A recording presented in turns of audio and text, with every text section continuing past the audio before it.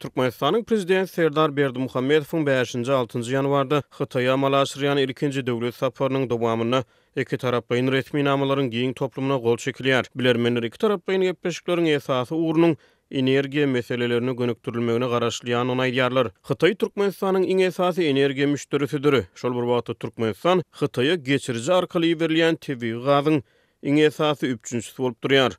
Azat Ýewropa Azatlyk Radiosynyň Hytaý meseleleri boýunça bilermen Reed Standish 5-nji ýanwarda Azatlyk Radiosyna beren interwýusyny iki taraplyň gepleşikleriň esasy ugrunun energetik hyzmatdaşlygyna, hususan gaz sewdasyna gönükdirilmegine garaşlýan onu aýtdy. Well, I would say that it's an important visit in that this is going to be the first. Menim pikirimçe bir möhüm sapar.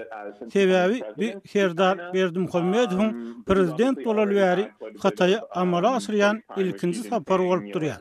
Ol elbetde şu wagta çenli dörli samimiyetleriň çaýaklaryny sizi Jinping bilen ýüzbeýüz duşuşdy. Şeýle-de ol henüz prezident bolmadan odal Hytaýa sapar eden Türkmen wekiliýetiniň hataryna prezidente ýoldaşlyk etdi. Bu sapar Türkmen Hytaý gatnaşyklarynyň mundan näweýlek dowam etdirilmeginiň meýilleşdirilmegi wawatyny bellerliklidir. Ma'lum bolşýaly Hytaý bilen Türkmenistan arada gatnaşyklarda agdyklyk edýän esasy faktor energetikadyr. Hususan tebii gaz. Saparda üns berilmeli iň esasy mesele menim pikirimçe Türkmenler Hytaýlylardan kär meselelerde golluk isler. Özlerine golku berilmegini isler. Elbetde olaryň hataryna iň esasy mesele daş şahasynyň iýişiniň ilerletilmegi bolup durýar. Bu mesele iki taraplyň gepleşiklerde köplenç gün tertibine getirilýär. Şeýle-de menim pikirimçe Türkmenistan gazyň bahasy boýunça gaýtadan alalaşmagy umytdylýar. Her wagtda Türkmenistanyň beýlekler bilen deňeşdirilenini öz gazyny ardan wakadan satýanlygyny ananylýar. Elbetde geçirilýän gepleşikler we alalaşyklar bilen bagly jikmejiklikler ören teýrek ýagdaýda köpçüligi aýan edilýär. Ne Türkmen hökümeti, ne de Hytaý hökümeti şular ýaly meselelerde açyçanlyk edip bilýär. Men 2 günlük saparyň dowamyny Owganistanyň ýagdaýlaryň hem ara alınıp maslahatlaşyljakdygyny çak edýärin.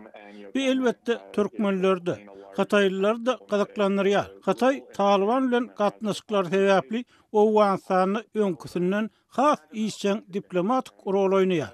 Şonuň üçin men bu meselenin gün tertibine getiriljekdigini saklaýaryn. Role in Afghanistan that has in the past these days, given its ties with the Taliban. So I imagine that will come into things. Maribel aýtynda adyk sewdasyny edýän kiçi telekeçiler şu ýyl bayramçylyk günlerinde sewdanyň juda pes bolandygyny we özleriniň uly maddi ziýan çekendiklerini aýdýarlar. Olar müňlerçe kilogram möçöründäki adyk önümleriniň geçmän galandygyny we olaryň çüýräp zaýa bolandygyny hem belleýärler. Her ýyl bolşýaly kiçi telekeçiler täze ýyl bayramyna satmak üçin ýüzlerçe kilogram möçberini alma, mandarin, banan, üzüm ýaly gök bakça önümlerini satyn aldylar. Ýöne bu ýyl sewda juda pes boldy. Biziň bayramçylyk günlerine satmak üçin alan harytlarymyzyň ýarsyna goloý hem satylmady. 10 miňlerçe manat möçberini ziýan çekdik. Dip marly telekeçi anonimlik şertinde Azatlyk Radiosynyň habarçysyna gurrun berdi. Başga bir telekeçi bayramçylyk günlerinde satmak üçin 500 sany gawun satyn alandygyny, ýöne onuň diňe 20-den gowragyny satyp bilendigini aýtdy. Telekeçileriň sözlerine görä öňki ýyllarda ýaşaýjylar alma we mandarin ýaly önümleri gutulap satyn alýardylar. Bu ýyl köp adam bu önümleri 2-3 kilogramdan artyk satyn almady. Halkyň maddi ýagdaýy şu ýyl hassa peselenemeňdeýär. Käbir adamlar alma we mandarin ýaly önümlerden dänelep ýagny diňe 2 ýa 3 san satyn aldy.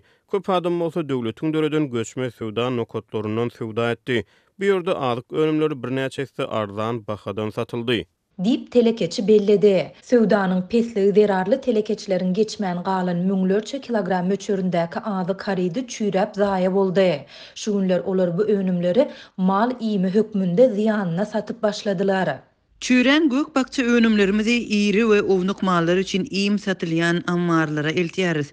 Bu ýerde bu önümleri gaty arzan bahadan meselen 1 kilogram almany 1 manatdan käşiri 70 teňgeden mallar üçin satýarys. diýip başga bir marly telekeçi anonimlik şertinde aýtdy. Onun sözlerine göre mallar üçin satylýan çüýren önümleriň hyrydarlarynyň arasynda maddi ýagdaýy pes bolan hojalyklar hem bar. Olar bu ammarlara elleri haltaly gelip çağalary bilen iýmek üçin alma we mandarin ýaly önümleri saýlap alýarlar. Türkmenistanyň ilaty 5 ýyldan gowrak wagt bäri agyr ykdysady krizis şertlerinde ýaşaýar. Raýatlar işsizlikden we iýmit yeter yetmezçiliginden we gymmatçylygyndan kösenýärler. Häkimetler munyň bilen bagly ilatyň ýüzbeýiz bolýan kynçylyklar barada resmi derejede hiç zat aýtmaýarlar. Türkmenistanda avtologlara ýangıç goýan stansiýalarda benzinin görkezilişinden az goýulan pursatlary köp bolýar. Hususan da Liwap vilayatynda şu günler bolmalysyndan az goýulan benzinin muktary ortaça 10% ýetýär. Türkmenawatda we Çärji etrawynda ýangıç goýan bekatlerde benzinin öňküsünden de az goýulyp başlandygyny ýerli habarçylar gürrüň berdiler. Olaryň sözlerine görä bekatlerdäki gurallarda goýuldy diýilip görkezilen her 20 litrden 2 litr kem çykýar. Sürücü ýanyç goýucu kalonkadaky ýanyç ölçüjü sanlara garap, onuň 20 litr görkezip durandygyny görüp, şu 20 litr benzin goýuldy diýip gaýdýar. Emma hakykatda diňe 18 litr benzin goýulýar. Şeýdip 40 litrden diňe 36 litr goýulýar. 50 litrden arasa 5 litr benzin kem bolup çykýar. Diýip habarçymyz aýtdy. Onuň sözlerine görä bu ýagdaý täze ýylyň öňü tirasynda ýüze çykypdyr we şondan bäri dowam edýär. Benzinin azaldylyp goýulmagy bilen bagly ýagdaýlar öňüm ýüze çykýardy. Emma köplenç 1 litr çemesi kem goýulýardy, ýagny 20 litrden 19 litr benzin goýulyp diňe 1 litr ýetmeýärdi. Habarçylarymyz ýerli awtolog sürüjüleriniň köpesiniň indi goýulýan benziniň möçberini barlamagy kem görmeýändiklerini we bekatlerdäki görkezüjiler bilen çäklenmän awtologlaryndaky ýanjamlaryna seredýänligini belledi. Şeýle-de sürüjüler goýulan benziniň hakyky mukdaryny anyklamak üçin başga da türli usullary ulanýarlar. Habarçymyz bilen gürleşen sürüjüleriň biri öz tejribesinden şeýle gurrun berdi. Avtologda benzin gutory berende ýalňyç bekedine baryp operatora dolýança goýduydum we dolýança benzin goýdurdum. Meniň ulogum 60 litrlik bolsa-da ýalňyç stansiýasynyň bekedinde 68 litr benzinin goýulandygy görkezildi. Sürüjüleriň aýtmagyna görä nägilerik bildirmek we dawalaşmak oňy netije bermeýär. Şeýle ýagdaý welaýatyň tas ähli ýerlerinde ýüze çykýar. Benzinin azaldylyp goýulmagyndan başga da benzin gytçylygyna we onuň hiliniň pes bolmagyna degişli problemalar hem saklanýar.